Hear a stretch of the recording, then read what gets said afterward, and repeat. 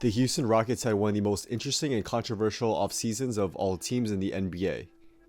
The biggest move they made was trading away Chris Paul, 2 first-round picks, and 2 pick swaps to the Oklahoma City Thunder for Russell Westbrook. I have mixed feelings about this trade, and if you want to see my full thoughts, you can watch my video where I broke down the pros and cons of the deal. But the Houston Rockets were able to keep most of their other players from last year's team, and they also made some very good additions that have gone under the radar as well. Let's preview the Houston Rockets season, go over their projected starting lineups and rotations, how the new players fit on the team, and my predictions for their final record. And before we get into it, I will be previewing all NBA teams and giving my predictions for them, so be sure to subscribe to stay tuned for those and let me know which teams you want to see a video on next. Also, I would really appreciate it if you guys could subscribe to my backup channel, as I've said in my other videos, as I do have this channel in case anything happens to this one, so I'll leave a link to that down in the description below. Now back to the video for the Houston Rockets starting lineup. I have Russell Westbrook, James Harden, Eric Gordon, PJ Tucker, and Clint Capella. Off the bench I have Austin Rivers, Ben McLemore, Gerald Green, Daniel House, and Tyson Chandler. I could also see Isaiah Hartenstein and Anthony Bennett also getting some minutes due to injuries or if they impress during training camp as well. The Rockets have a very interesting starting lineup, especially with James Harden and Russell Westbrook sharing the backcourt. There's a lot of potential problems with these two sharing the court together, specifically with spacing and both guys being ball dominant. However, if Westbrook can improve his 3-point shooting and focus on taking high percentage shots, specifically at the rim or from 3, that would make him a much better fit on the offense.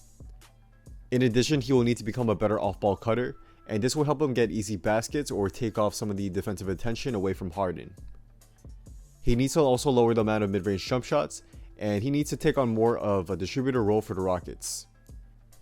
These things need to happen for this to work, and if Westbrook can do this, he'll give the Rockets one of the top duos in the NBA. I see Eric Gordon starting next season to help space the floor, but he may have some trouble guarding bigger threes. If this becomes a big problem and he loses a step on defense, I could see the Rockets sliding PJ Tucker to the 3, and moving Daniel House to the starting 4 for more size on the defensive end. Tucker should continue to provide some tremendous defense with his versatility on this end of the floor, and he'll be great from the corners where he'll get a ton of open looks on driving kicks from Westbrook and Harden. Clint Capella will look to bounce back after a very poor playoff showing, and a lot of his bad play was due to being sick. Capella should have a great season getting open looks at the basket off of pick and roll plays with Harden and Westbrook, and I could see him averaging around 16 to 18 points per game next season on strong efficiency. This is a very strong starting lineup, and it should be among the best in the league if everything works out and if Russell Westbrook improves his 3-point shooting and efficiency. The Houston Rockets have an interesting bench, and I think it's overall pretty solid. Austin Rivers played very well as a combo guard when he came to the Rockets, and he should help provide some solid shooting and playmaking off the bench. It's going to be interesting to see if McLemore plays his way into the rotation, and he's going to need to provide some consistent 3-point shooting and defense if he wants a shot.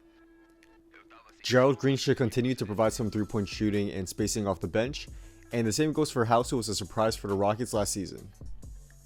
Tyson Chandler was a great addition for the Rockets, and he should also provide Houston with another rim protector and alley-oop target behind Capella. I think the Rockets bench has improved compared to last year, and we'll see if they can keep leads when the starters need a breather. Overall, I think the Houston Rockets will have a very up and down season. I think Russell Westbrook will try to change his game to fit the Rockets' 3-point shooting focused offense, but it's going to be hard for him to really improve his shooting in only 1 year. That's just being realistic, but I do think his fit on the team will improve as the season goes on, and they'll start to click near the end of the year. I have the Houston Rockets going 51-31 and finishing with the 5th seed in the Western Conference. So that's a wrap. Thank you all for watching. If you guys did enjoy this video and want to see more daily NBA content just like this, be sure to drop a like and subscribe, and also be sure to turn on post notifications so you can stay updated in all my news video will be coming out. Also follow me on Instagram and hit me up if you want to talk about basketball, business, or have any video ideas you want me to do. Let me know as I do try to battle all you guys there. Drop a comment down below on your predictions for the Houston Rockets season. How many games do you think they'll win? Do you think Russell Westbrook and James Harden will be a good fit? Let me know down in the comments below. As I do read all comments, I'm definitely interested to see what you guys have to say.